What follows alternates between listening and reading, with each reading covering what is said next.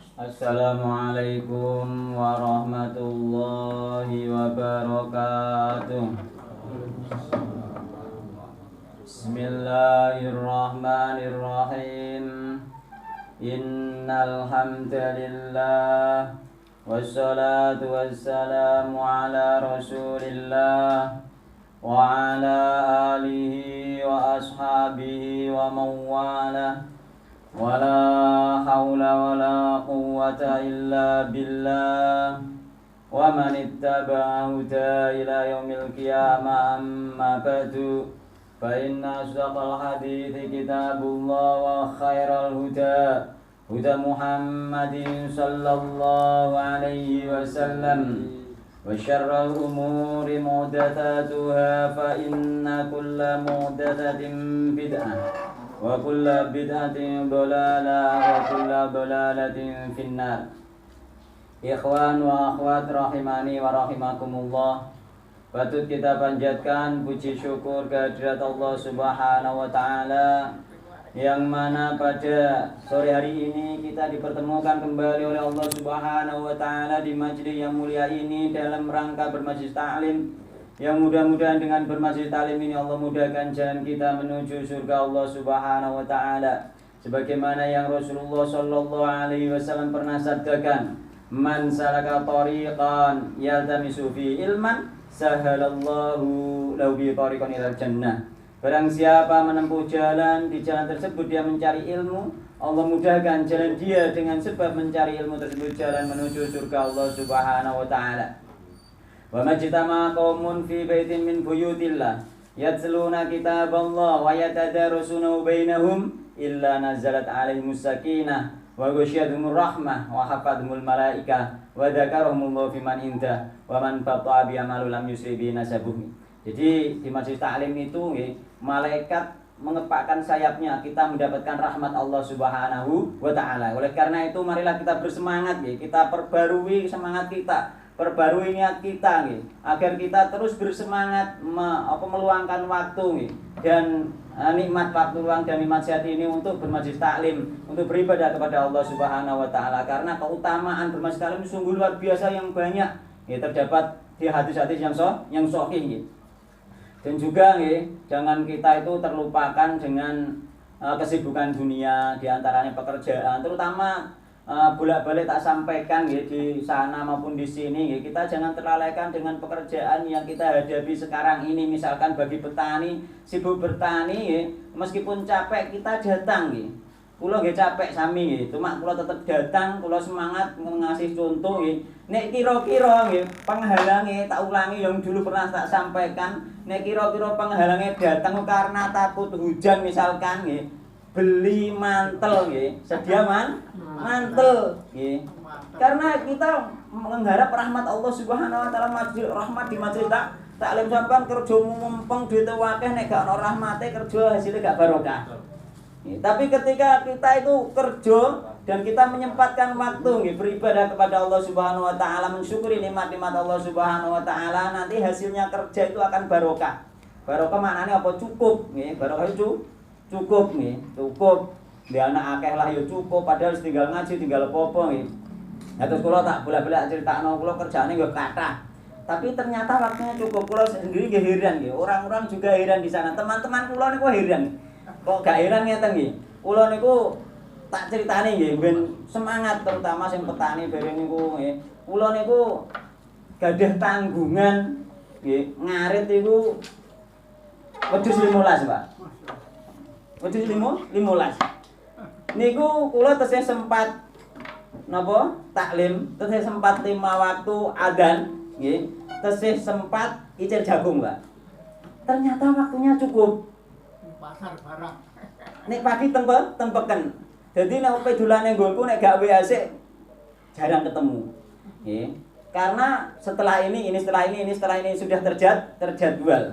Jadi nek pagi di pasar ternyata waktunya cukup. Kula sendiri heran termasuk kanca kula sendiri heran. Kenapa cukup dan mudah meskipun ngono ternyata godhong gerijo tak gemulih wedhusku doyan, Pak. Iku menawa tak kira termasuk di antara barokah. Lah kula niku ngarit ngono, Pak. Godhong Solo bin nang ngertos sak pang oleh sak bongkok, Pak. Oleh rombongan tak agak mulai dilore wong aja semono ya doyan-doyan. Tonggoku dijajal gak doyan, Mbak. Lho ki ini aku mek rombong kok jagane saiki ngaji kok bong tok trimo tok Sulben ning pinggir rumah mriko kan Sulben wong aku mbakah lho. Sak pang rong pang wis 3 bongkok, Pak. Wedhusku doyan dipangan nggih resi. Lah iku tak pikir iku mungkin iki lah makna barokah nggih. Dadi angger ijo tak arep doyan, Mbak. Mokor siji loro godhong sing mboten purun niku. Nah, kulo ya alhamdulillah dipermudah gampang. Dadi angger budal sing diluk wis mulai neh. Dadi kok pasar nggih, tak critani sendirian kudune semangat. Aku kerjaanku suwibu, Ustaz. Awakku capek. Nek makmur ngono padha wae, Pak, kan ngoten. Nek kula niku enjing antepeken. Iki kangge semangat nggih ben baik petani atau pedagang yang merasa sibuk atau merasa capek, merasa mikir itu enggak ada kendala sebenarnya nek kita niatkan nggih innamal a'malu binniyat wa innamal likulli imri'in ma nawa. Tergantung niate ketika kita ini dimudahkan Allah Subhanahu wa taala. Lah kula nek enjing kan tepeken terusan jam 11 pulang, terus sholat duhur, bar sholat duhur sekitar jam setengah 1 pergi ngarit, jam 2 sudah pulang menunggu asar, bar asar ngarit lagi, jam sore sudah pulang lagi menunggu maghrib. Itu terus nyatanya cukup tidur siang. betul tidur siangnya sekitar jam 10-11 biasanya nek pasar nek anune sudah selesai udah tidur. Nggih, sering kula tidur teng pakan niku hanya sekitar 10 atau 5 menit di pakan niku. Jadi sekitar jam 10 atau setengah 11 itu ketika servisan sudah selesai kula tidur biasanya. Itu. Jadi ternyata cukup. Dan ternyata kemarin niku karena waktu longgar ngarit gampang berbudal langsung mulai. Niku kula ngantos sempat icir jagung kemarin niku, Pak. Jadi kalau icir jagung saat ini kalau gadah iciran jagung itu 3 kilo, Pak. Loh, sakit ternyata gitu loh. Jadi waktu itu ternyata ketika kita niatkan benar-benar waktu itu dipermudah oleh Allah Subhanahu wa taala waktu itu. Waktu itu ketoke rapet tapi ternyata cukup itu. Nggih, maka itu perlu nggih kita perbaiki niat ya karena innamal a'malu binniyat wa innamal likulli imri'in ma nawa. Sampeyan aja kuwatir budal ngaji, budal apa misalnya ono majelis taklim dimanapun atau kita jangan khawatir tentang pekerjaan kita kok gak selesai, diselesaikan oleh Allah Subhanahu wa taala, dipermudah oleh Allah Subhanahu wa taala. Banyak hadis yang menerangkan hal itu ya. Insyaallah besok tak bawakan hadisnya untuk lebih menyemangati lagi tentang masalah dipermudah oleh Allah Subhanahu wa taala gitu ya. Kita lanjutkan mawon kemarin agar pertemuan ini masalah apa? Masalah kemarin itu pembatal wudu. Betul. Jadi pembatal wudu ini agar selesai ya, karena sudah 4 pertemuan ini insyaallah nanti ini selesai ya. Insyaallah nanti ini selesai ya. Pembatal wudu ini. Sekarang sampai hadis yang ke-11 tentang menyentuh ya, mushaf tanpa bersuci ya. Jadi hukum orang yang berhadas menyentuh mushaf. Jadi memang penting ya, pentingnya karena apa? Karena apa itu ketika kita batal tidak tahu ya. Ini masalah batal wudu ya. Masalah batal wudu ini kalau kita tidak tahu kan sholat kita nanti ketika kita batal sholatnya tidak sah. Karena apa? Karena sholat itu syaratnya itu wudu ya. Jadi ini gue hadis lihat muslim la tuqbalu sholatun bi ghairi tuhurin, tidak diterima sholat kecuali dengan bersuci ya. Wala sodakotun min gulurin, dan sodakoh pun tidak diterima dari hasil korupsi. Jadi uang haram itu disodakono gak diterima lah. Itu sama dengan orang yang sholat tidak berwudu, tidak diterima. Sama juga orang yang beribadah tidak bertauhid, itu juga tidak diterima oleh Allah Subhanahu wa taala. Musyrik, yakni syirik akbar, ibadah ngantek kaya apa tidak diterima oleh Allah Subhanahu wa taala ya. Dan ini membahas masalah fikih. Nanti fikih itu banyak perbedaan sebagaimana yang kita sampaikan kemarin dulu di awal tentang pertemuan tentang ketika kita membahas fikih, yakni la yusalliyana ahadul asra illa fi bani Quraidah. Janganlah kalian sholat, salah seorang di antara kalian sholat kecuali sampai di Bani Quraidah, sehingga sahabat Nabi berselisih pendapat, yang satu sholat sholat asar sebelum sampai Bani Quraidah, yang satu sholat asar setelah sampai Bani Quraidah. Kedua kubu sahabat Nabi berselisih, ternyata semuanya tidak disalahkan oleh Nabi Muhammad SAW. Yang satu sudah sesuai dohir nas hadis, Jadi makna sing tersurat, jadi mulanya kita harus berpedoman Al-Quran dan hadis baik yang tersurat maupun yang tersirat itu.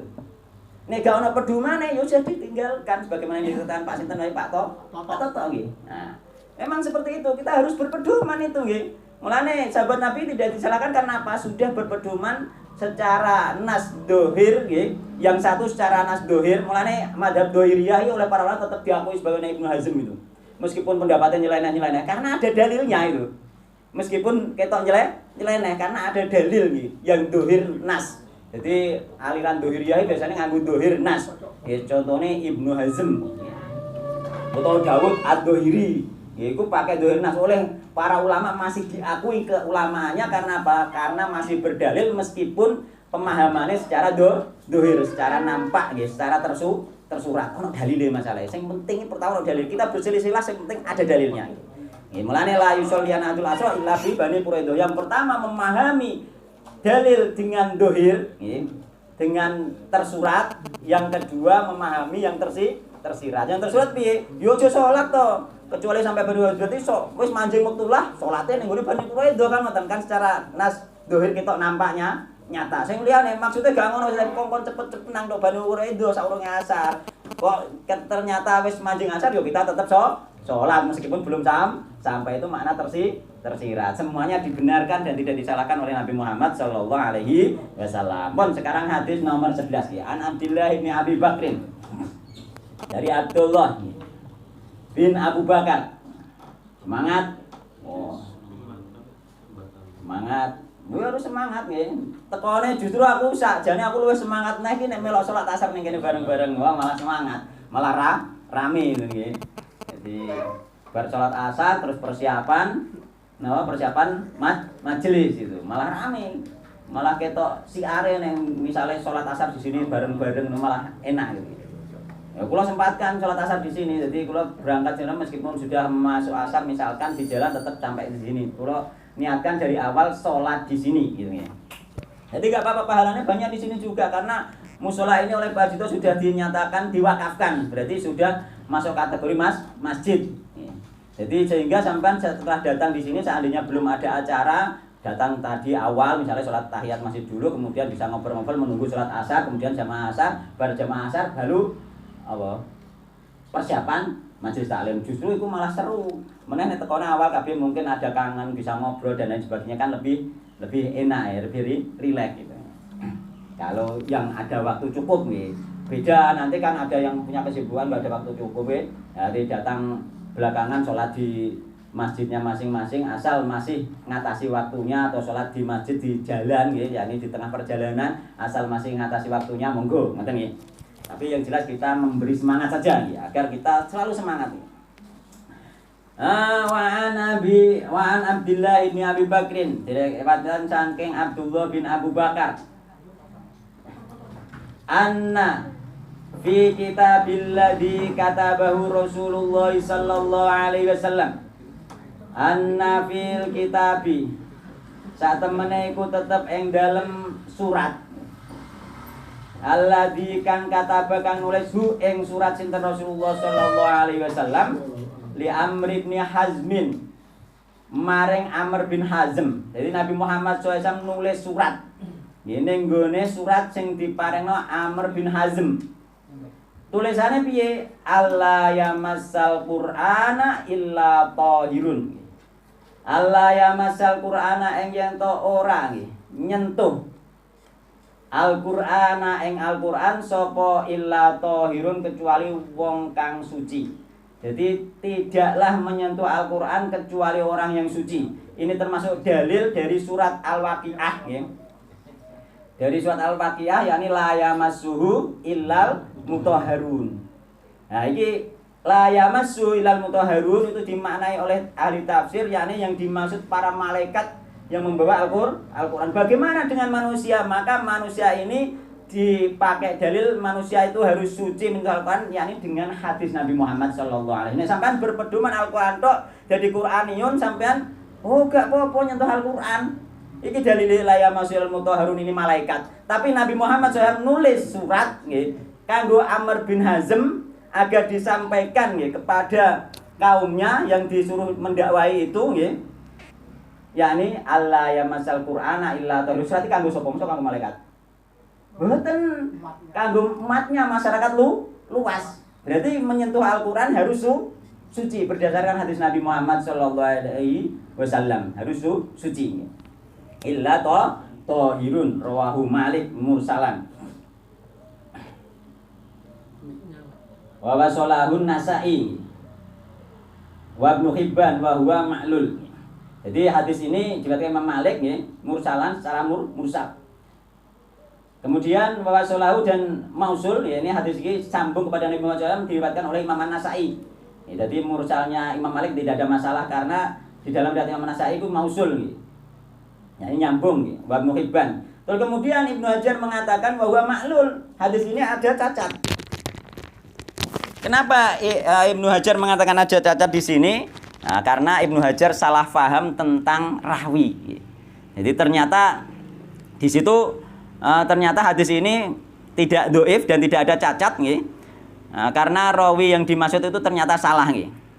Jadi yang diketahui nggih, yang dipahami Ibnu Hajar adalah rawinya Sulaiman bin Daud Al-Yamani yang disepakati ditinggalkan, yakni matruk oleh ahli hadis, ditinggalkan. Berarti seandainya rawinya benar-benar ini, maka hadis ini dhaif, tidak boleh dipakai. Tapi ternyata rawinya yang benar Sulaiman bin Daud Al-Khawlani yang thiqah, terpercaya.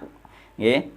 Jadi mereka ini Ibnu Hajar menulis bahwa maklul ternyata hanya salah paham. Hadis ini bisa dipakai dan dipakai oleh para ulama dan bahkan imam madhab yang 4 memakai hadis ini untuk bahwa menyentuh Al-Qur'an itu harus suci. Akhirnya kesimpulannya Ibnu Hajar menyetujui. Ibnu Hajar ya ditulis di sini saja maklul saja. Beliau tidak menyetujui atau tidak, cuma beliau hanya maklul, tapi beliau menyetujui karena beliau bermadzhab Syafi'i. Tetap batal nggih. Batal wudu, tidak boleh menyentuh Al-Qur'an karena beliau memang bermadzhab Syafi'i. Cuma beliau menyodorkan banyak hadis nggih agar dipelajari nggih. Bulughul Maram ini kan yang menghimpun Ibnu Hajar. Nggih. Dan beliau itu ilmiah nggih. Beliau ilmiah, semua dalil yang ada itu dikumpulkan nggih. Meskipun dalil itu nanti menentang pendapat beliau tetap sampaikan itu. Nah, sebagaimana hadis tentang bid'ahnya kunut itu disampaikan juga nggih. Bagi yang mengatakan bid'ah kan ada kunut itu nggih. Bunaya muhdas, padahal itu sahabat Nabi Muhammad SAW. Tapi ada sahabat juga yang mengatakan tidak muhdas. Jadi ini masalah kunut itu antara rojih marjuh, tidak bid'ah dan sunnah bukan. Rojih marjuh itu ada perselisihan di kalangan para ulama mulai sejak zaman sahabat Nabi Muhammad SAW. Itu nanti pembahasannya ada insya Allah ini bab kunut. Jadi ini bab pembatal ini dulu. Jadi yang pertama karena surat tersebut ditulis oleh Nabi untuk sahabat Amr bin Hazm ketika diutus oleh Nabi ke Najron untuk mendidik pengetahuan agama kepada masyarakatnya, maka tentunya isi surat tersebut berlaku untuk beliau yakni Amr bin Hazm dan masyarakat secara umum, yakni untuk manusia. Berarti hadis ini menerangkan ayat Al-Qur'an la yamassu ilal mutahharun, dijelaskan bahwa yang suci itu tidak hanya malaikat yang memegang, yakni juga manusia pun yang memegang harus suci. Harus suci.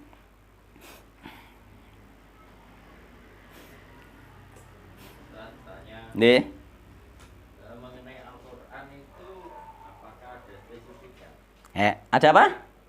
Yang lebih menyempit gitu. Nanti ada nggih. Nanti insya Allah tak terangkan nggih. Maksudnya Al-Qur'an yang mana gitu nggih. Nah nggih, insya Allah nanti tak terangkan nggih. Jadi tafsir la yamassul mutahharun aslinya memang malaikat nggih. Cuman akhirnya dikecualikan oleh hadis Nabi Muhammad SAW, manusia ternyata masuk di situ, ngoten nggih. Jadi dohir hadis melarang menyentuh Al-Qur'an nggih, kesimpulannya. Dilarang menyentuh Al-Qur'an tanpa penghalang bagi orang yang tidak berwudu. Jadi nek gak berwudu tanpa penghalang tidak boleh menyentuh Al-Qur'an. Adapun jika menyentuhnya dengan penghalang maka tidak masuk dalam larangan hadis di atas, karena memang ini menyentuh itu tidak pakai penghalang nggih, menyentuh dengan tangan nggih, dengan kulit nih, menyentuh dengan kulit nggih. Nah, itu ketika kita menyentuh Al-Qur'an, ketika ada penghalang maka tidak apa-apa karena hadisnya itu dohire itu tanpa penghalang gitu.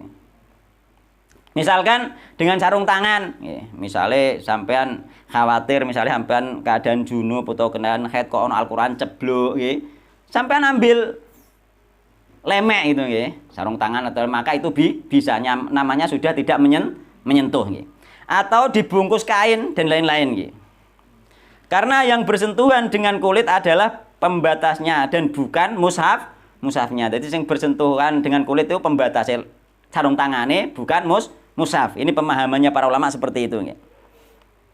Pengertian mushaf. Nanti belum sampai. Ada, nanti ada. Sama seperti yang ditanyakan. Nah, Pak Sinten mau? Nah, nanti diingatkan kalau tidak kula bahas. Termasuk dalam hal ini boleh adalah membawa Al-Qur'an dalam tas utawa koper sampean batal lah nek pas lebono sampean bar wudu nglebono kok terus bareng nggo tas batal, maka tidak apa-apa. Kan gitu. Kan sampean gak nyentuh kan? Enggak nyentuh. Jadi memang harus luas pemahaman seperti ini. Gak ono bingung sampean aku batal iki ning tas kono Al-Qur'an. Bingung kan sampean? Aku mang budal nggo Al-Qur'an, aku batal iki. Ini tas nek Al-Qur'an utawa ning koper, maka ini juga tidak disebut dengan menyentuh Al-Qur'an ya. Nggih. Kalau membaca boleh. Ya. Kalau Kalau berhalangan untuk membaca saja, nanti insya Allah ada pembatasnya, cuma ada pembahasannya, cuma tak jawab sedikit, yakni kalau membaca saja boleh bagi orang yang tidak junub, hanya hadas kecil. Nanti rinciannya tak terangkan. Nek junub tidak boleh, karena Nabi Muhammad SAW beliau tidaklah membaca Al-Quran ketika junub. Nanti ada hadisnya. Nanti diperhatikan dengan seksama sampai akhir, insya Allah ada semua.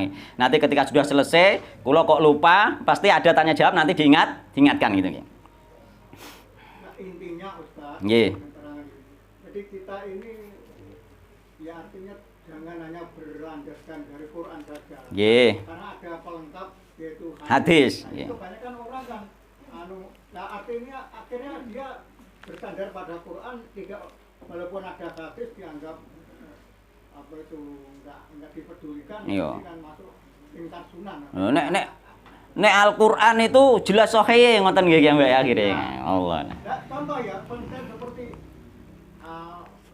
makanan yang haram. Nggih. Di Quran kan hanya disebutkan 4. 4 nggih. Kan kalau kita mempelajari hadis dan itu Banyak itu. banyak. Nah, nggih. Nah, kalau Banyak. berlandaskan Quran toh. Nah, ini hadis enggak Nggih. dipakai. Nah, ini Nah, itu namanya nanti aliran Qur'aniyun nggih. atau insan sunnah. Ingkarus sunnah nggih, Qur'aniyun nggih. Terus kemudian adapun tulisan Al-Qur'an yang bukan mushaf nggih, maka menyentuhnya tidak haram tanpa berwudu seperti tulisan yang ada di dinding. Itu tidak dinamakan mushaf. Kaligrafi ini dinding itu tidak dinamakan mushaf. Itu lepas dari perselisihan bolehnya kaligrafi atau tidak nggih. Maksudnya kita membahas tentang menyentuhnya. Kalau downloadan, Pak Ustaz. Napa? Maksudnya downloadan di HP. Nggih. Download Al-Qur'an itu termasuk mushaf apa enggak? Wallahu ta'ala alam, nek downloadan di HP itu ketika dibuka asanya kita berwudu, asanya saja nggih. Kula dalam fikih kontemporer dereng mantep masalah niku nggih, dereng mantep dalam hal di HP nggih. Karena kalau di HP itu seperti Al-Qur'an di dalam hati nggih. Ketika ditampakkan atau disuarakan maka dibogone jeding wae haram, tapi ketika sampean mengucapkan juga kan di hati sampean ucapkan di kamar mandi kan dilarang juga, tapi ketika di hati kan tidak ada masalah. Ini masalah HP insyaallah sebagaimana Al-Qur'an yang ada di hati kita, hafalan kita insyaallah seperti itu. Cuma kalau detailnya niku dereng mantep masalah pembahasan tentang Al-Qur'an yang ada di HP ngoten nggih. Itu berarti Ustaz sudah masuk pada mushaf tadi ya. Nggih. Nah, saya teruskan. Kalau Quran dengan terjemahan itu termasuk mushaf atau tidak? Nah, nanti ada lagi. Nah, Nggih, ditunda niki. Nggih. Jadi oh iya memang pembahasannya banyak ini nggih. Jadi engko iki kedalon enggak apa-apa nggih. Nah. Pun. Jadi adapun tulisan Al-Qur'an yang bukan mushaf, maka menyentuhnya tidak haram tanpa berwudu seperti tulisan yang ada di dinding, di baju, misalnya bajunya ana tulisane. Terus di surban, misalnya di surban ada tulisane nggih. Wis macam-macam nggih. Di makanan nggih, kadang wong kan yo ngono, koyo di pedang. Oh, kinane kae. Ya, itu termasuk kaligrafi, bukan mushaf itu kan? Kan gak ngarah iki lho mushaf kan ndak. Nah, atau di kitab-kitab fikih nggih. Dan lain-lain sebagaimana ucapan Imam Nawawi nggih. Imam Nawawi pernah mengatakan nggih. Jadi pegangannya di sini yang paling terkenal yakni Imam Nawawi nggih. Beliau mengatakan wa amma ma kutiba alaihi syai'un minal Qur'an la dirasati dirham al hadiyah. Jadi adapun tulisan nggih, suatu tulisan dari Al-Qur'an sebagaimana yang ada di dirham ning gone duit. Wah, iki nek wudu repot nek duit ana tulisan Al-Qur'an niku kan ngoten. Nggih. Wa thiyab di pakaian, wal imamah di surban, wat ta'am di makanan, wal khiton di dinding. Wa kutubul fikhi wal usul di kitab-kitab fikih, di kitab-kitab usul nek dalil-dalil Al-Qur'an, maka itu tidak dinamakan mushaf, fala yahrumu masuhu, maka tidak haram menyentuhnya, wala hamluhu, tidak haram pula membawanya, ala sahih atas kaul yang sahih. Dan ini pendapat pertama ini adalah jumhur ulama nggih. Jumhur ulama. Harus menyentuhnya harus suci itu jumhur ulama nggih. Di antaranya didukung oleh imam 4 madhab. Jadi jumhur ulama menyentuh Al-Quran harus suci dari hadas, yakni sahabatnya ketika kita cari ada di situ Ali bin Abi Thalib, Ibnu Mas'ud, Sa'ad bin Abi Waqqas dan lain-lain, juga tabi'ine Sa'ad bin Zaid, atau Az-Zuhri, Ibrahim An-Nakhai dan lain-lain, didukung imam madhab. Jadi ini jumhur ulama. Adapun yang boleh menyentuhnya tanpa berwudu, yakni hadas boleh menyentuh adalah Dawud Ad-Dhuhiri, yakni aliran Dhuhiriyah. Nanti keterangannya.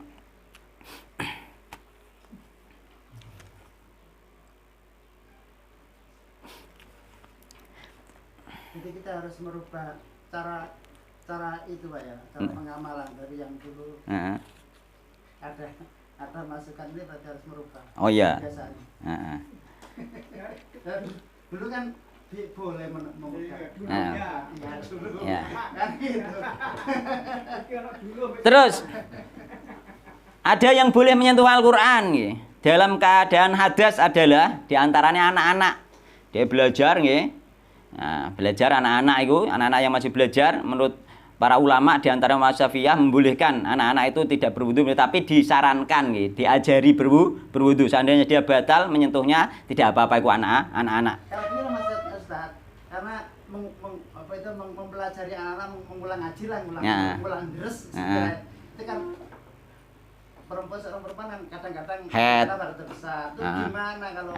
Ya itu termasuk di antara pengecualian. Karena apa? Oleh para ulama, karena menyentuh Al-Qur'an itu tanpa wudu atau dalam keadaan najis itu perantara menuju menghinakan Al-Qur'an. Haramnya karena menghinakan Al-Qur'an tidak menghormati Al-Qur'an, jenisnya haram wasilah. Dalam haram wasilah ini boleh dilakukan ketika ada hajat. Di antaranya contohnya hajatnya tadi, misalnya guru TPA, guru TPA itu ada hajat itu, sing gendani sapa nek dhek head. Gitu. Nah, jadi itu sudah dibahas oleh para ulama, hajat, ada hajat.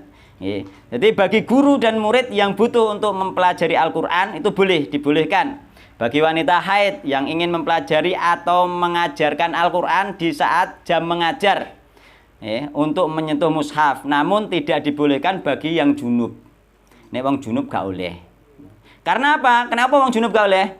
Karena menurut para ulama orang junub itu sekali mandi atau sekali tayamum langsung hilang junubnya. Tapi nek wong haid gak bisa mandi urung wayahe. Kan ngoten. Jadi nek haid ada keringanan karena ada hajat, tapi nek orang junub tidak ada keringanan karena dengan sampean sekali mandi sudah hilang junub. Gitu. Jadi apa yang ngulang TPA aku junub yo mandi to kan ngoten. Nah, selesai. Para ulama seperti itu nggih. Karena orang junub ia mudah untuk menghilangkan junubnya segera gitu. Adapun orang yang haid tidak bisa menghilangkan hadasnya begitu saja karena yang dialami adalah ketetapan Allah. Jadi memang ketetapannya dia ini orang oleh bersuci nek orang tek haite. Piye iki wayahe ngulang? Ya itulah makanya dapat keringanan oleh para ulama dikatakan itu keringanan yakni ada hajat, maka dibolehkan. Jadi haram wasilah itu ketika ada hajat saja enggak harus darurat. Enggak harus darurat. Namun kata para ulama secara umum dalam rangka hati-hati dan lebih afdol adalah apa itu mereka orang haid itu menyentuhnya dengan pembatas. Nek dekne dalam hati-hati yo ngulang TPA yo ngulang TPA, misalnya Al-Qur'an nggih, dekne pakai sarung tangan. Itu lebih hati-hati dan lebih afdol nggih karena menghormati Al-Qur'an. Kalau sudah terlanjur kemarin-kemarin enggak tahu gimana. Enggak ada masalah nggih. Enggak ada masalah nggih. Jadi sesuatu dosa itu ketika sudah bertobat itu dihapus oleh Allah Subhanahu wa taala itu. Iki masih ada 2 kol masalah menyentuh itu nggih. Jadi insya Allah asal keyakinan kita itu benar maka tidak apa-apa nggih. Kemudian yang boleh disentuh karena tidak disebut mushaf nih, tak terangkan kembali nih. Di antaranya adalah kitab-kitab tafsir. Kitab tafsir itu disentuh gak apa-apa, tafsir Jalalain, tafsir Ibnu Katsir, meneh ngono ku. Nah, tidak ada masalah tanpa berwudu nih. Kitab-kitab tafsir yang lebih banyak kajian tafsirnya daripada ayat Al-Qur'an. Jadi apa Imam Nawawi sendiri memberi catatan, yakni maksudnya catatan tafsir mbek Al-Qur'an itu lebih banyak catatan tafsirnya ya jelas termasuk apa itu kitab-kitab terjemah Al-Qur'an terjemah pun lebih banyak tulisan tafsirnya dari terjemahan dan juga keterangannya daripada Al-Qur'annya, maka itu masuk kategori tafsir. Tidak harus pakai wudu, nek pakai wudu afdol dapat pahala. Nggih. Terus kitab-kitab fikih nggih. Kitab-kitab hadis juga tidak ada masalah kok iki. Meskipun ada potongan Al-Qur'an tidak ada masalah nggih.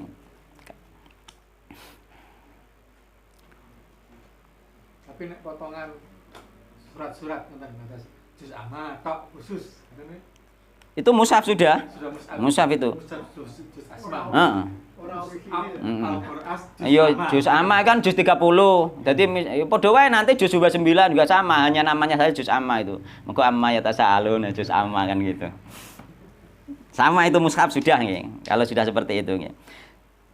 Jadi intinya jika suatu kitab atau buku tidak disebut mushaf nggih dan isinya lebih banyak tulisan selain ayat Al-Qur'an, maka tidak mengapa orang berhadas menyentuhnya. Itu intinya nggih. Tapi nek bentuk niku buku-buku tahlil niku kan PPK terus dulu kan buku YouTube ini Mas.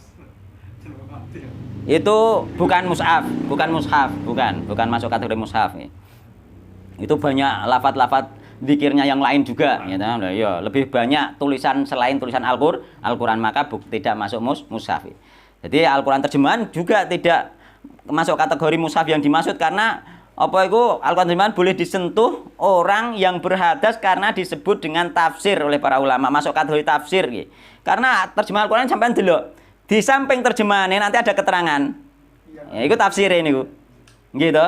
Maka itu sampean sentuh tidak masalah tanpa sampean apa belajar sinau kok batal tidak ada masalah itu gitu. Dan bukan mushaf, gak diarani mushaf, diarani tafsir gitu. Termasuk diantaranya pendapat Imam Malikiyah gitu. Namun jika isi Al-Qur'annya lebih banyak atau sama, maka afdolnya yakni seharusnya tidak disentuh dalam keadaan hadas. Makanya tapi nek tak delok nggih, semua terjemah yang pernah kula ketemui itu lebih banyak keterangannya daripada hadisnya Al-Qur'annya gitu. Ya, daripada ayatnya gitu. Jadi di antaranya kenapa kita bisa menyimpulkan lebih banyak karena terjemahnya itu sudah sama dengan Al-Qur'annya kan? Terus masih ada keterangannya, maka itu masuk kategori tafsir dan boleh disentuh. Ngoten nggih. Nah, ini pembahasan lebih detail maneh. Yakni di sini alla yamassal qur'ana illa thahirun. Ngoten nggih. Tidaklah menyentuh Al-Qur'an kecuali orang yang suci. Jadi dalam hadis kata illa thahirun itu masih kata mustarok, yakni banyak arti. Suci ini maksudnya suci bagaimana? Kan ngoten. Suci maksudnya bagaimana? Jadi ada sekitar 4 kemungkinan suci ini. Thahirun. Karena di hadis tidak dijelaskan suci maksudnya suci dari wudu, suci dari hadas besar, suci dari hadas kecil. Enggak dijelaskan suci dari najis kan tidak dijelaskan. Maka suci di sini ada 4 kategori. Yang pertama maksud kata illa thahirun, suci, maksudnya adalah orang muslim. Wong muslim iku suci. Oh, maksudnya kuwi maksudnya Wong aku wong Islam kok gak wudu hadas lah, junub lah gak apa-apa nyela Al-Qur'an. Aku kan wong Islam, maksudnya tahirun suci. Wong Islam kan suci. Kan nek dalile ngono. Gimana? Gimana? Tapi jangan dulu, nanti kan menyalahi hadis nanti Nabi nanti nggih, nanti. Yang lain. Nggih. Nggih kan ada yang berdalil seperti itu nggih. Makanya maksud tahir itu yang pertama suci itu maksudnya adalah orang muslim sebagaimana Kesirikan. sebagaimana firman Allah Ta'ala yakni innamal musyrikuna najasun, sesungguhnya orang-orang musyrik itu najis yakni apa? Najis syirik. Nek wong apa? Nek wong Islam iku suci yakni suci akidahnya suci dari kesirikan gitu. Jadi makna pertama napa? Orang muslim makna tahir suci. Jadi la tahirun kecuali orang yang suci yakni orang muslim, maka orang kafir najis. Makna yang kedua, maksud kata tersebut yakni illa tahirun adalah suci dari najis. Ya. Karena kita disyariatkan kan suci dari najis dan suci dari hadas. Dari najis adalah kotoran yang nampak fisik, dari hadas adalah kotoran maknawi. Maknawi gak nampak. Diarani gak suci, yakni berhadas, tapi di kotorannya gak nampak. Jadi ada makna juga Makna yang kedua adalah suci dari najis. Sebagaimana di Bulughul Maram yang kemarin itu yakni tentang kucing, innaha laysat binajasin. Sesungguhnya kucing itu tidaklah najis, maksudnya najis yang nampak gitu. Maka makna kedua ini masuk juga gitu. Jadi sampean nyekel Al-Qur'an ojo keadaan najis, dia bersuci secara dohir, suci dari najis gitu maksudnya. Bagaimana kita sholat pun nek gak suci dari najis juga gak sah gitu. Maka menyentuh Al-Qur'an apa itu disyariatkan suci dari najis juga gitu. Terus kemudian makna yang ketiga, suci itu apa? Maksudnya kata illa tahirun suci adalah orang yang suci dari hadas besar. Oh, mana suci akeh kok. Lah sing ndi iki kan ngono. Nah, suci dari hadas besar. Sebagaimana diriwayatkan oleh Imam Ahmad bahwa Rasulullah SAW bersabda, la yuhjizuhu syai'un anil Qur'ani laisal janabah. Tidak ada apapun yang menghalangi Nabi dari Al-Qur'an kecuali junub. Jadi nek Nabi junub kok gak maca Al-Qur'an. Tapi nek mukur hadas kecil baca boleh. Ya.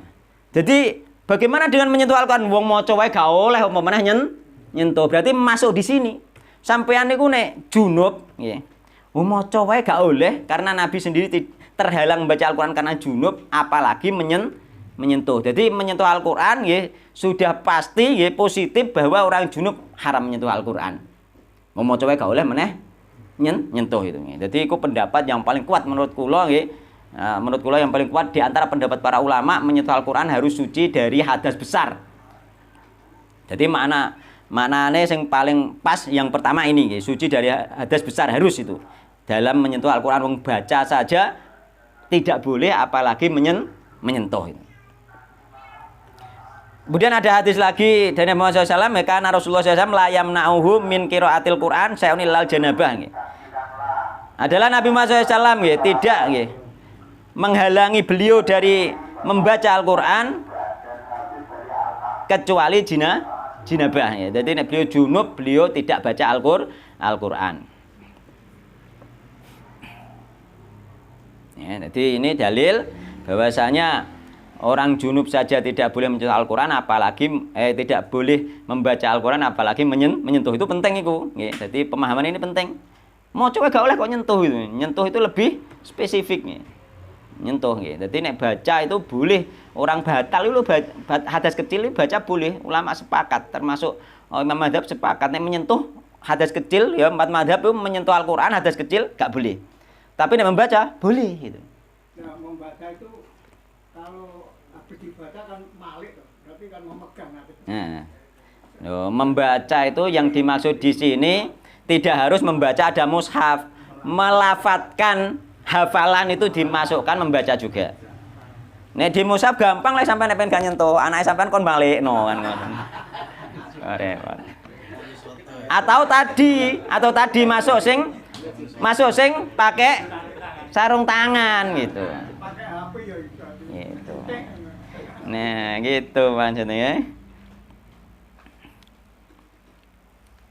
Terus kemudian yang keempat maknane nggih, makna yang pertama tadi orang muslim, ila tahirun nggih.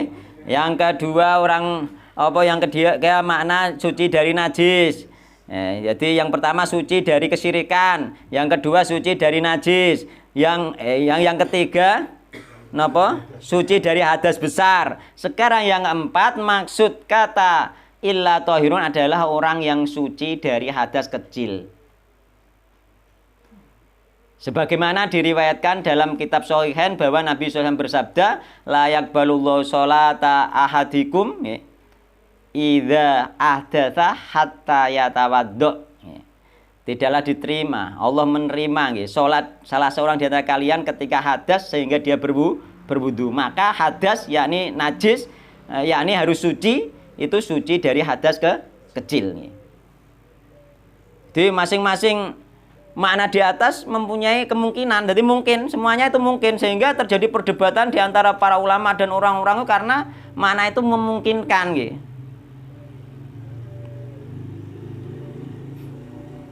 Jadi mempunyai kemungkinan benar bahwa itu yang diinginkan dalam hadis di atas. Mungkin sifatnya umum, pokoknya suci.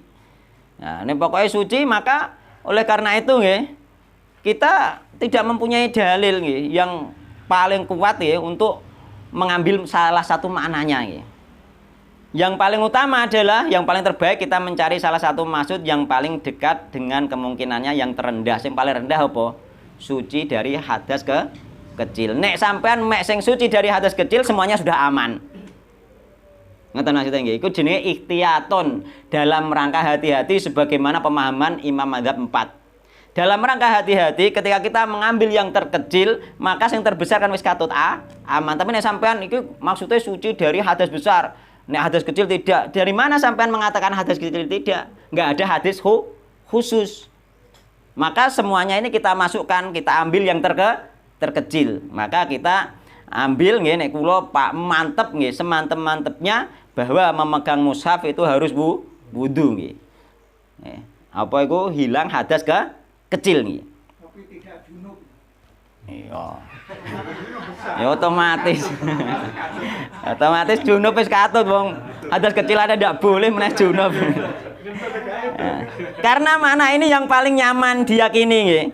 Paling nyaman sampean iki nyaman wis sampean. Enggak ada kemungkinan salah sudah.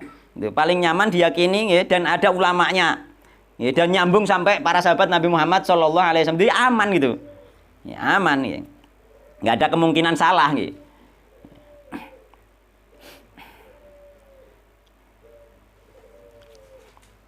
Jadi aman untuk diyakini, merasa nyaman karena sesuai dengan pendapat mayoritas ulama, jumhur ulama. Di antaranya adalah Imam Madzhab yang 4 dan pengikutnya gitu. Namun ini tidak berarti haram secara mutlak memegang mushaf bagi orang yang berhadas kecil gitu. Karena nek hadas besar jelas memang ono hadisnya dari Nabi nggih.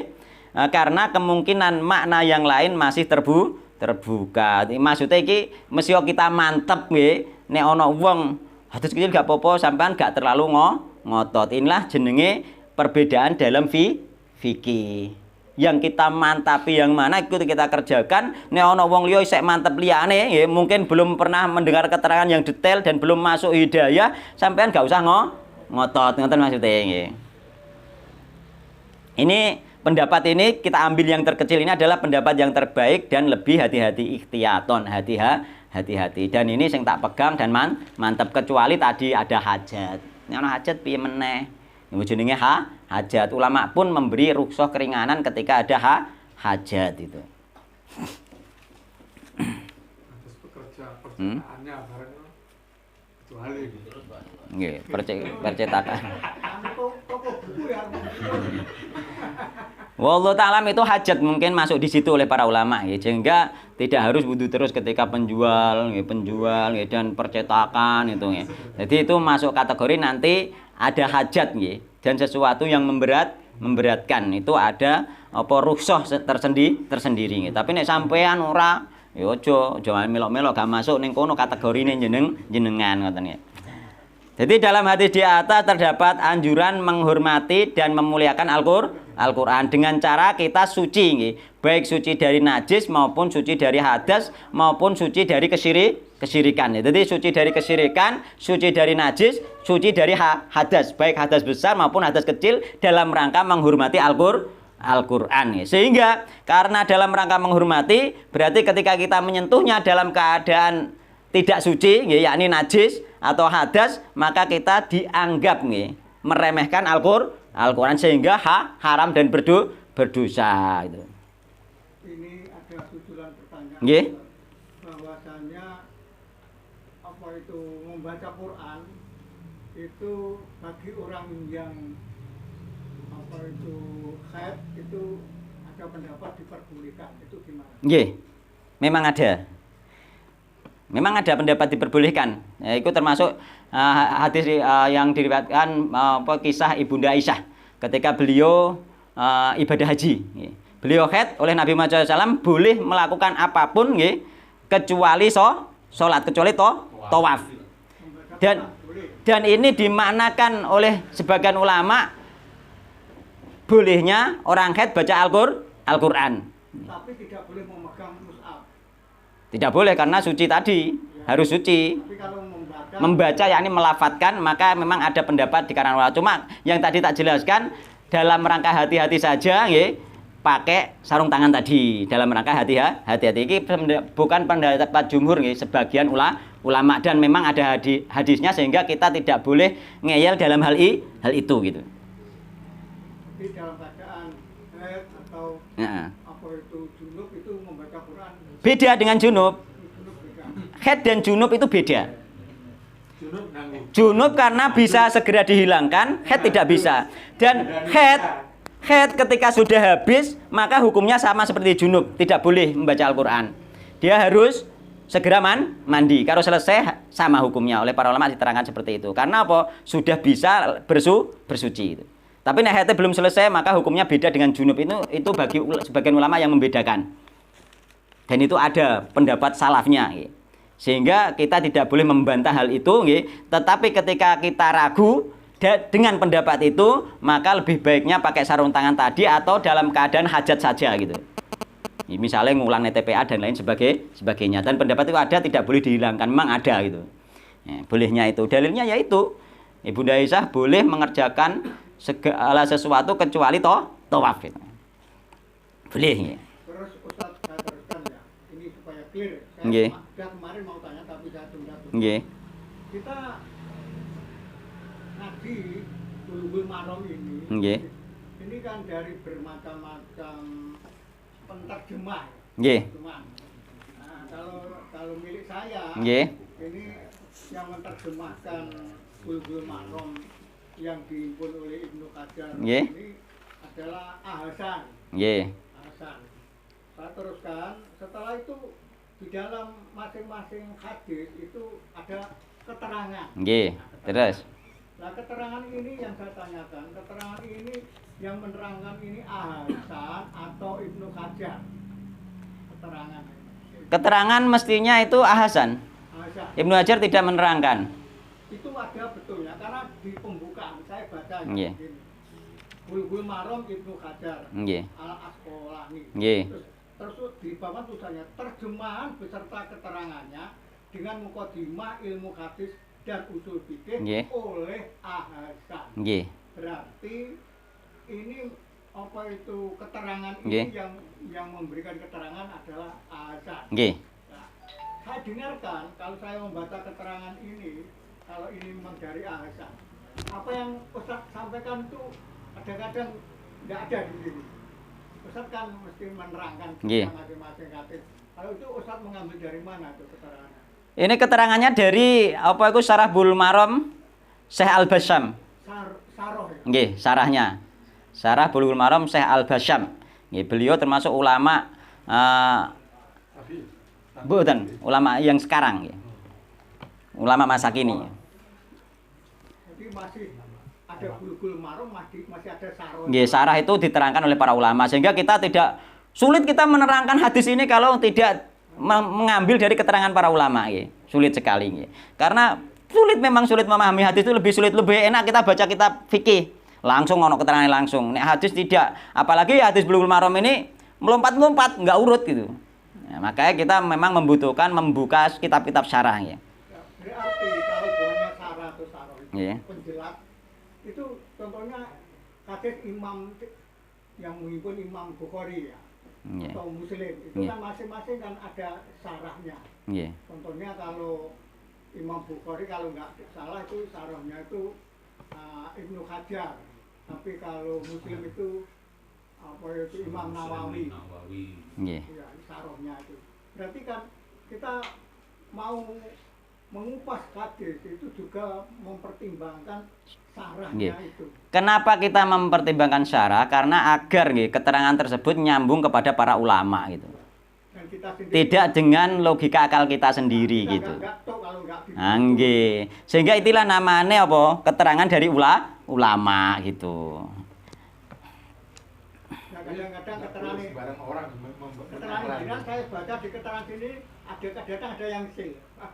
Yang memang pendapat. Nggih, ada yang sel ndak ada masalah itu dalam hal fikih nggih. Apalagi apakah Hasan itu mengambil dari para ulama atau pemahamannya sendiri, kula nggih mboten ngertos ngoten nggih. Maka jangan dibandingkan itu. Itu hanya diambil sebagai wawasan saja nanti nggih. Nggih, matur nuwun. Ngoten nggih. Kemudian sekarang hadis ke-12. Nggih. Jadi masalah mushaf insya Allah selesai nggih. Jadi boleh sampean terjemahan itu disentuh boleh nggih.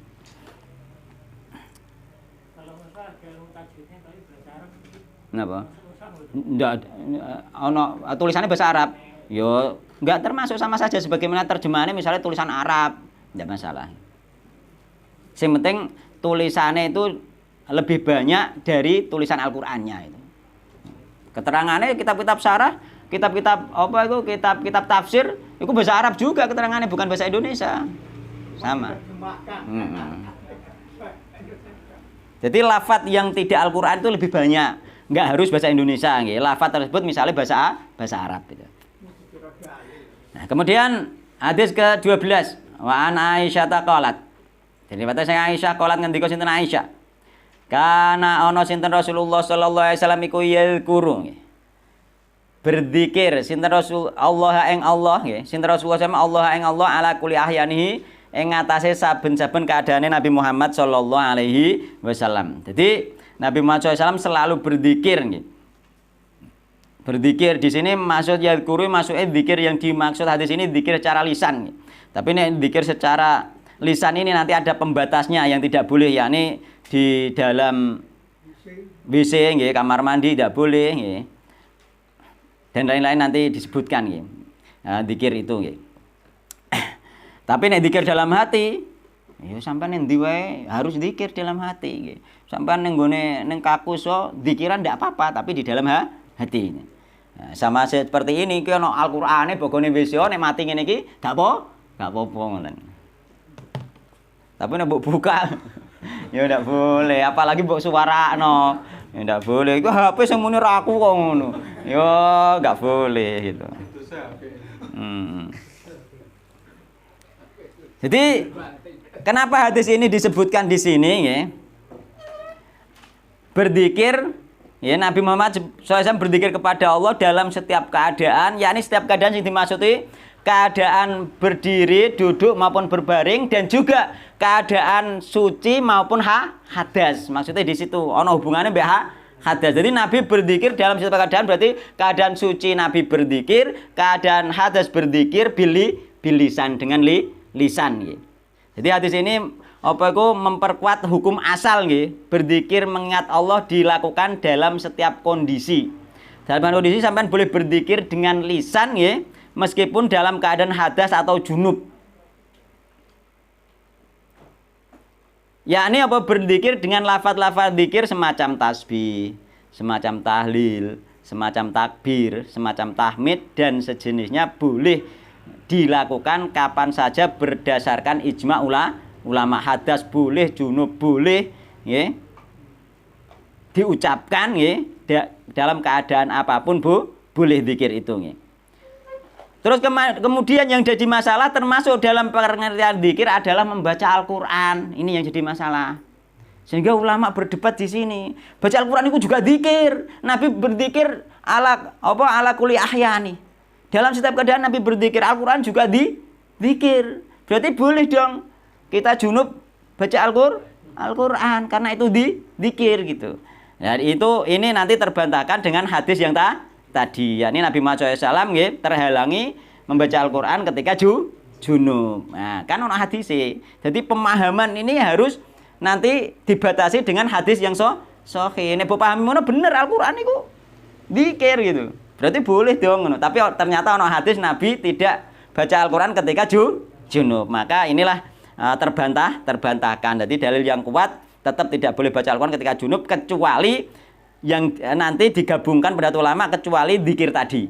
Dzikir piye maksudnya? Dzikir maksudnya yang tidak membaca secara mutlak. Untuk menggabungkan pendapat nggih, nek sampean ingin baca Al-Qur'an dibolehkan, misalkan memang dzikir-dzikir yang sudah disebutkan secara khusus di dalam hadis. Contohnya dzikir ketika musibah innalillahi wa inna ilaihi raji'un. Itu ayat Al-Qur'an mboten? Ayat Al-Qur'an, tapi boleh sampean dalam keadaan junub. Karena apa itu dzikir secara khusus sudah disebutkan dalam Al-Qur'an. Contohnya lagi dzikir pagi sore Al-Ikhlas, An-Nas, Al-Falaq. Sampai wis rutinan dzikir pagi sore dengan itu. Itu Al-Qur'an kan? Tapi itu masih boleh oleh orang yang junub dikarenakan ada nas khusus hadis menyebutkan tentang dzikir tersebut. Itu untuk menggabungkan pendapat para ulama. Jadi boleh sampai ini dari mana junub. Al-Qur'an ke junub. Ya kan ngono. Maka itu tidak apa-apa nggih. Maka itu tidak apa-apa. Itu jenenge digabungkan pendapat para ulama yang antara membolehkan membaca Al-Qur'an ketika junub berdasarkan hadis ini, yakni Nabi dzikir di setiap keadaan, termasuk pengertian dzikir adalah membaca Al-Qur'an. Jadi sudah dibantahkan oleh hadis Ali bin Abi Thalib, yakni hadis tadi bahwa Nabi Muhammad SAW dalam riwayat Ali bin Abi Thalib mengatakan bahwa Nabi selalu membaca Al-Qur'an selama beliau tidak junub. Riwayat Imam Ahmad dan 4 imam dan disahihkan oleh At-Tirmidzi. Jadi kecuali junub. Seandainya sampean mau mengambil pendapat ini tadi, dzikir yang sudah ada nas khusus. Contohnya innalillahi wa inna ilaihi raji'un, Al-Ikhlas, Al-Falaq, An-Nas ketika dzikir pagi sore, maka itu masih dibolehkan. Sampean junub lah boleh itu. Masih. Nah, di dalam kitab fikih disebutkan yang perbedaan ini ada tentang membaca Al-Qur'an dalam keadaan junub, karena ulama memang Al-Qur'an termasuk dzikir itu masalahnya. Maka pendapat para ulama itu ada banyak sebenarnya. Cuma yang paling kuat ada 2, terus yang paling kuat lagi ada 1. Ya, ini yang paling kuat ada 1. Tak sebutkan ikhtalafa ahlul ilmi. Berselisih ahli ilmu fi hukmi qiraatil Qur'an, di dalam hukum membaca Al-Qur'an lil junub kedua wong sing junub, bagi orang yang junub. Alal aqwalin, atas beberapa qaul.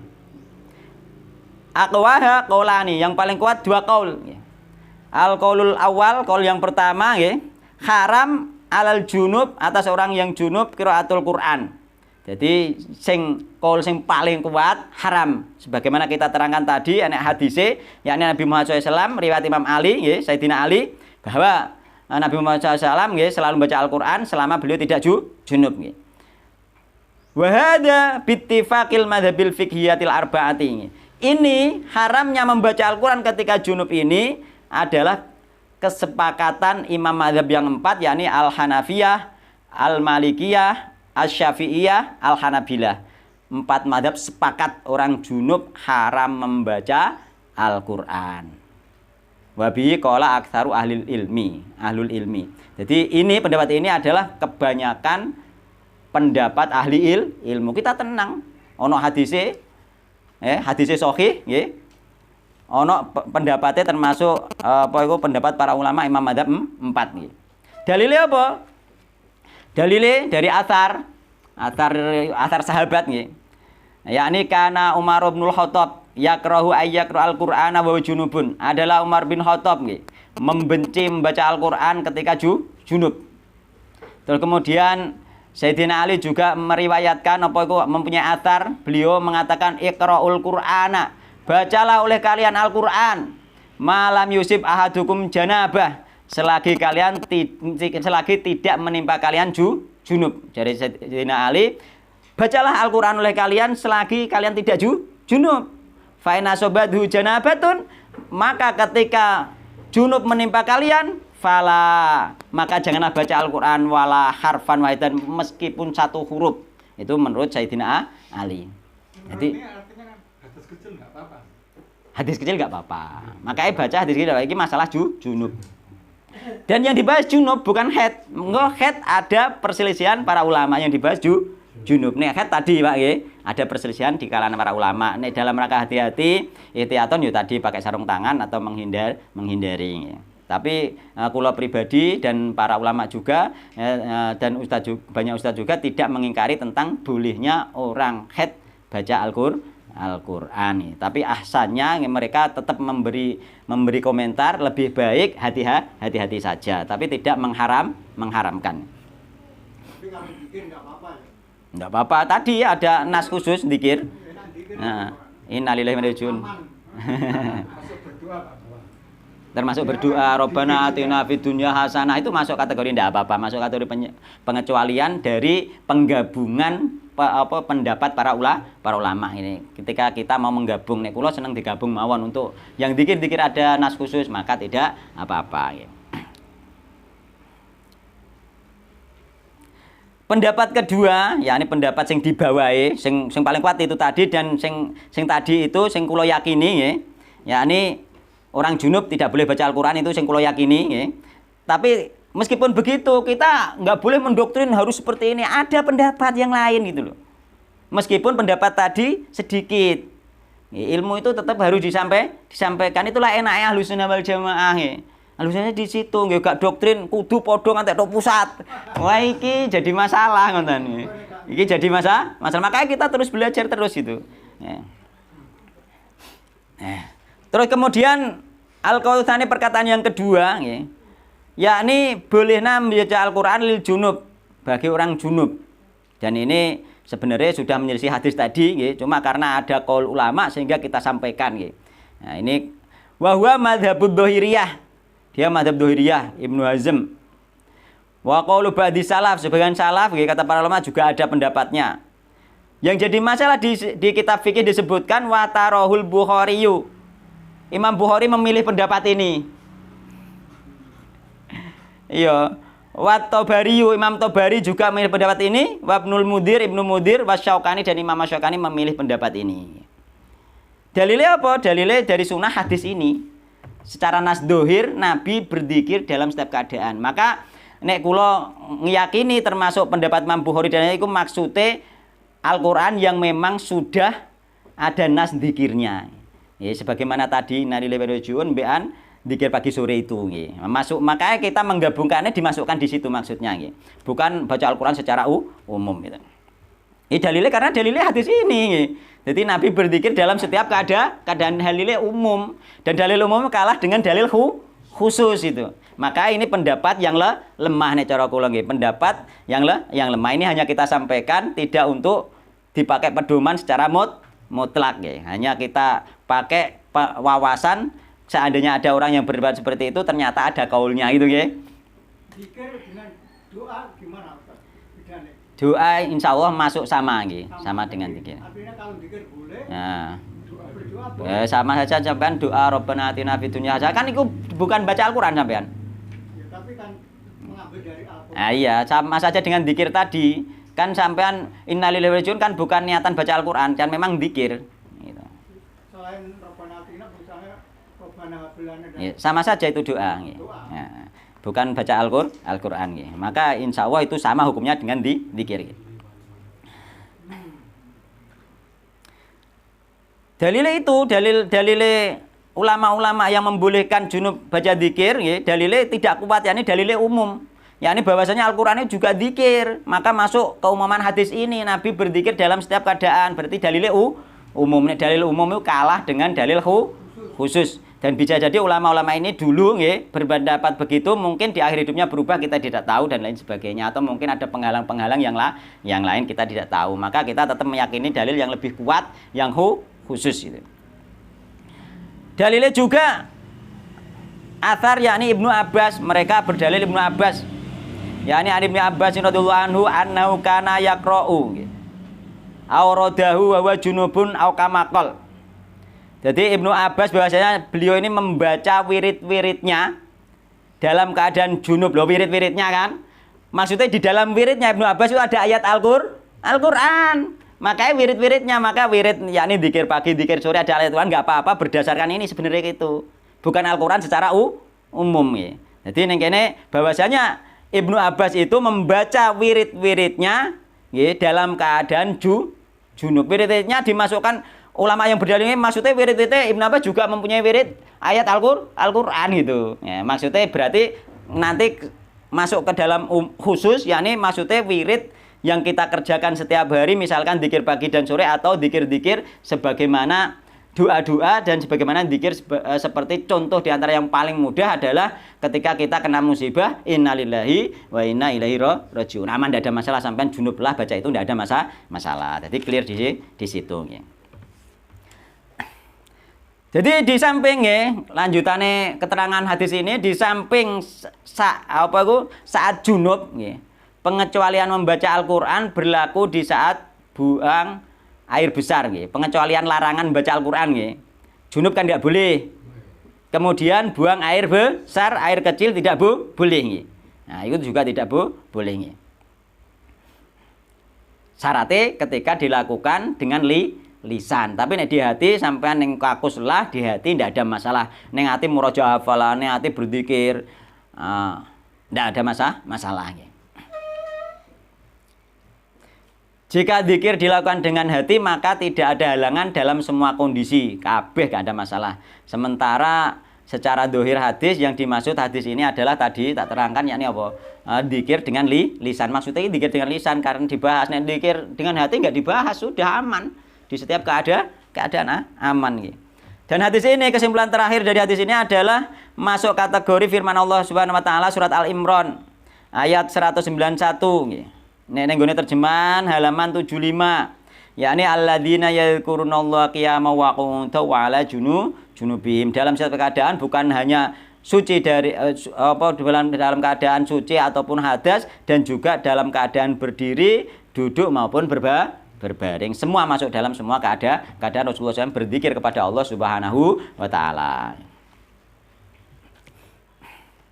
Bon, niki dibaca ben selesai ini, nanti besok bape ganti ya. Kita barno ya.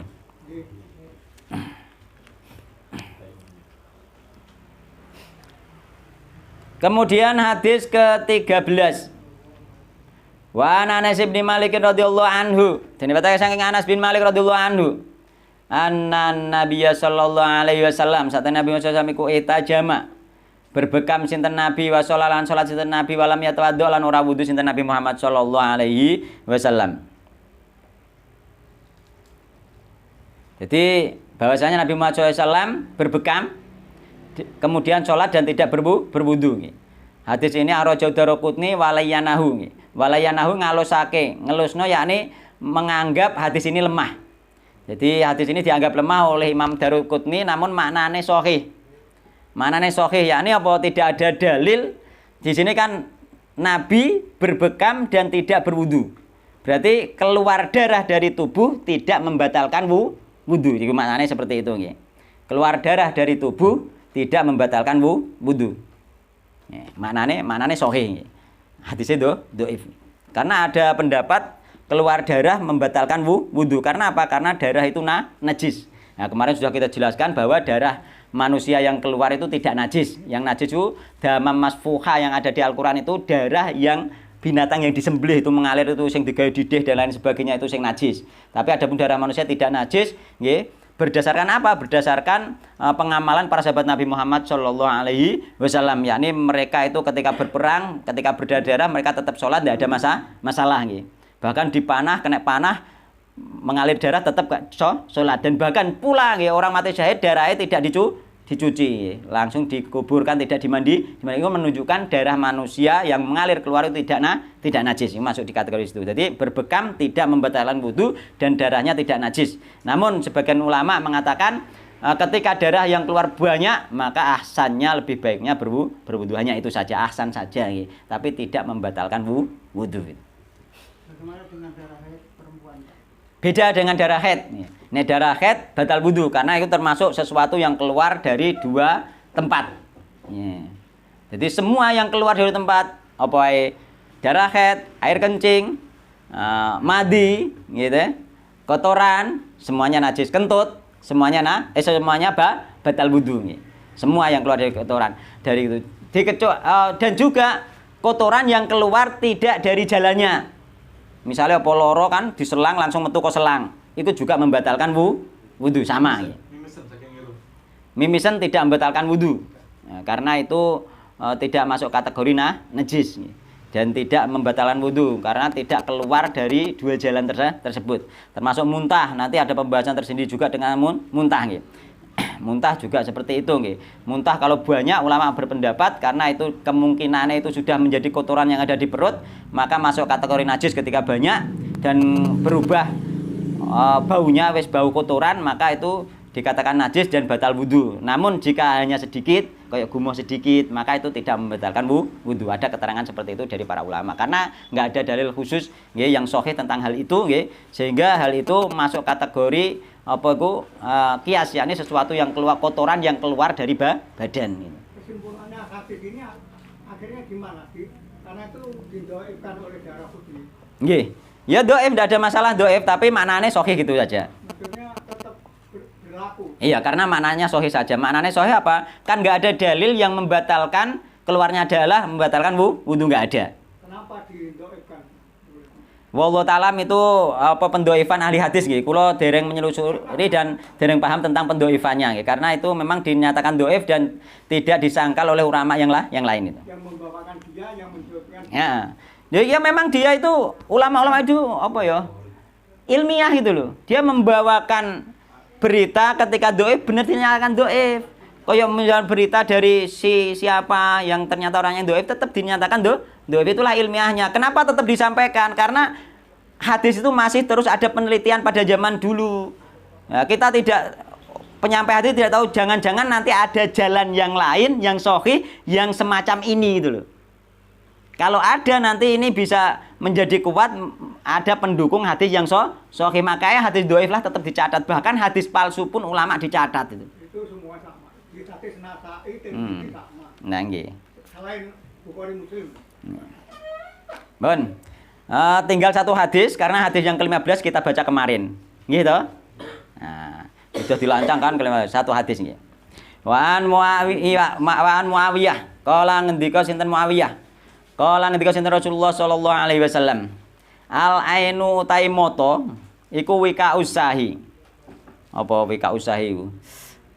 Taline dubur. Pengikat dubur. Faida namat. Mongko ing dalem nalikane turu apa alainani moto loro istatlaqo mongko amrih udar apa alwika utali. Jadi nek moto turu taline udar otomatis kentut gak krasa ngoten maksudnya nggih. Mulane termasuk tidur yang nyenyak itu apa iku disangka kuat keluar hadas gitu. Makanya orang tidur yang nyenyak itu berwudu nggih. Rawa Ahmad atau Broni diduduk pun nek nyenyak juga sama, mau nyenyak. Wazadalan nambahi nggih. Iku secara logikane nek duduk kan kepetek gak mungkin metu ngoten nggih. Wa man utai sapane wong nggih. Iku nama lamun turu sapa man falyatawaddo mongko becik wudu sapa man.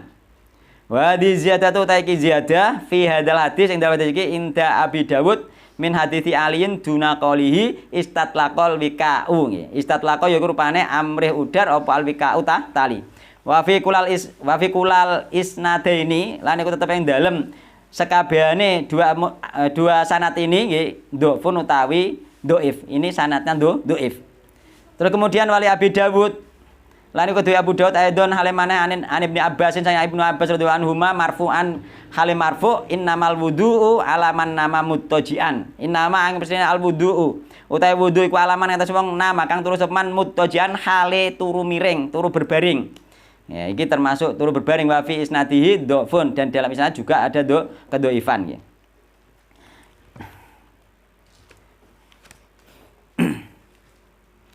Jadi hadis Muawiyah ini nggih sebenarnya memang doif, namun oleh para ulama ahli hadis dinaikkan derajatnya menjadi hadis hasan. Kenapa? Karena ada penguat, ada hadis yang sama, ada hadis yang sama yang diriwayatkan oleh Imam Ahmad, Ibnu Majah, Daruqutni, dari Al-Hakam sampai kepada Ali bin Abi Thalib secara marfu dengan sanad hasan. Jadi ono penguat. Mulane nek ono hadis kok dhaif ternyata ono penguat dengan apa ku isi yang sama, redaksi yang sama, maka hadis dhaif tadi terangkat sama-sama menjadi hasan. Wong padha kan ngoten. Ono hadis sing hasan. Berarti lebih dominan penguat tadi. Nggih. Yo ono penguat kok Pak, ono misalnya ono hadis dhaif redaksinya begini, hadis sahih juga dengan begini. Berarti kan hadis dhaif ini tadi dhaif secara sanadnya saja, maknanya sahih karena sesuai hadis sahih. Dan ini juga dhaif sanadnya saja, tapi secara maknanya hasan sebagaimana hadis yang hasan itu. Maka masih boleh dipakai pedoman orang tidur batal wudu. Di sini maksudnya tidur yang nyenyak itu. Kalau tidak tahu hadis penguat, akhirnya Mengamalkan. Yo yang belum tahu kan nanti ketika tahu berubah. Ketika belum tahu kan dimaafkan Allah karena masih talab belajar gitu. Jadi orang belajar itu dimaafkan. Jadi ulama dulu itu mengamalkan ilmu sesuai ilmunya. Ketika salah nanti dibenahi. Ketika salah dibenahi. Semua orang seperti itu. itu kalau belajar terus, kalau berhenti belajar. Kalau berhenti belajar dia berdosa karena berhenti belajar tersebut. Karena belajar itu wajib sampai mati itu. Nah, thalabul ilmi itu fardhotun nggih. Makanya dia berdosa. Nggih. Dia berdosa itu. Makanya kita belajar terus kok suatu saat nanti ada ilmu yang kita belum tahu dan mungkin kita sekarang salah, maka diperbaiki. Itulah gunanya kita berthalabul ilmi. Mulanya kita thalabul ilmi penting sekali. Kok ternyata kita sampai mati kok berthalabul ilmi, kok ternyata masih ada yang salah dengan pengamalan kita sesuai ilmu kita, maka itu insya Allah oleh para ulama mengatakan dimaafkan oleh Allah Subhanahu wa taala sebagaimana orang yang lupa, sebagaimana orang yang tidur, semuanya itu dimaafkan oleh Allah Subhanahu wa taala. Maka itu yang kita harapkan dengan kita belajar terus mulai semangat meskipun 2 minggu sekali di sini.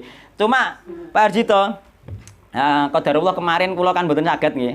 Kula kan jemput anak teng Gresik. Jadi mboten saged jemput pas hari Ahad pas jam taklim di sini nggih. Kemarin diganti Ustadz Ami nggih. Ami Nawa nggih. Nah, terus Ahad depan kula niku jadwale ngeter anak. Seandainya Ustadz Ami tidak bisa, kula nggih mboten saged, kula kondo riyin nggih. Seandainya Ustadz Ami Nawa tidak bisa Ahad depan, kula nggih mboten saged. Mergo Ahad depan kula balekno ngeterno anak kula teng Gresik. Ngoten nggih. Akad besok kan Ami ya. Nggih. Ahadnya lagi insya Allah bisa. Maksudnya seandainya Ustadz Ami itu berhalangan, kula mboten saged ngenteni ngoten nggih. Jadi kula sanjang riyen ngoten. Siapa tahu berhalangan, mudah-mudahan tidak berhalangan nggih sehingga kajiannya jalan terus. Seandainya berhalangan kula mboten saged mbiyen kersane diisi Pak Harjito Kiambak kan. Pak Suratman. Yo diisi niku to, diisi Sohibul Bait mawon. Nggih. Jadi kesimpulan hadis ini nggih, wudu batal karena mengeluarkan angin dari dubur nggih. Baik diiringi secara suara ataupun tidak. Kenapa? Karena orang yang tidur tadi tidak sadar ada kemungkinan keluar angin, baik bersuara atau tidak nggih. Terus hadis tersebut menunjukkan bahwa tidur tidak membatalkan wudu dengan sendirinya. Bukan batal dengan sendirinya, ia hanya menjadi dugaan kuat keluarnya angin. Dugaan kuat saja nggih. Dengan begitu maka tidur tidak membatalkan wudu kecuali tidur yang lelap. Nek tidur nyenyak batal wudu, nek tidur hanya geler-geler saja maka tidak batal wudu. Baik duduk maupun berbaring. Lagi mboten batal niku. Niku enggak tidur nyenyak iku. Nah. Terus kemudian sama juga dengan tidur adalah segala hal yang membuat hilang kesadaran. Itu juga membatalkan wudu. Contohnya apa? Gila, ya. Terus pingsan. Orang pingsan batal wudu. Kemudian mabuk juga batal wudu. Jadi makna tidur ini diambil dari makna tidur adalah hilangnya kesadaran. Ya, karena ketika hilang kesadaran dia hadas dimungkinkan tidak tahu, gitu. Wong pingsan keluar angin gak ngerti, ya, bahkan keluar kotorannya gak ngerti. Orang gila juga gak sadar dia setelah sadar.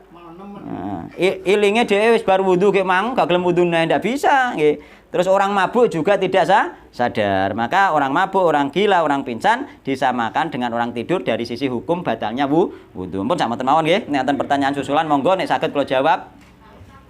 Nggih.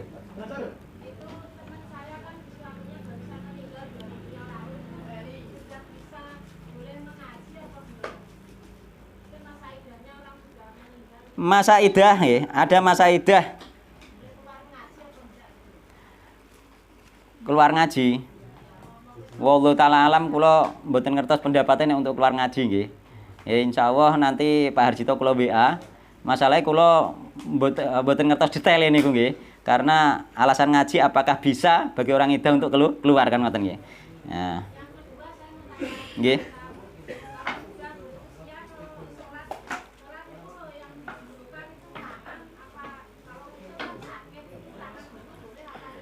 Itu sebenarnya perselisihan di kalangan para ulama, sebenarnya boleh tangan, boleh kaki. Keduanya boleh. Nggih, keduanya boleh itu. Keduanya boleh nggih. Untuk orang yang apa itu masa bergabung tadi nggih, kula detaile mboten ngertos, ngapunten mboten kula jawab nggih. Mungkin mundak salah karena alasan taklim apakah boleh untuk keluar niku kula perlu penjelasan yang detail. Ngoten nggih? Nggih, ngoten mawon nggih, sepunten ingkang kathah, wallahu taala alam. Ya, semoga kajian ini membawa berkah dan menambahkan ilmu kita, ya, sedikit demi sedikit kita ilmunya tambah, ya, dan kita bisa beramal dengan ilmu. Wallahu taala alam. Subhanakallahumma bihamdika asyhadu an la ilaha illa anta astaghfiruka wa atubu ilaik. Wassalamualaikum warahmatullahi wabarakatuh.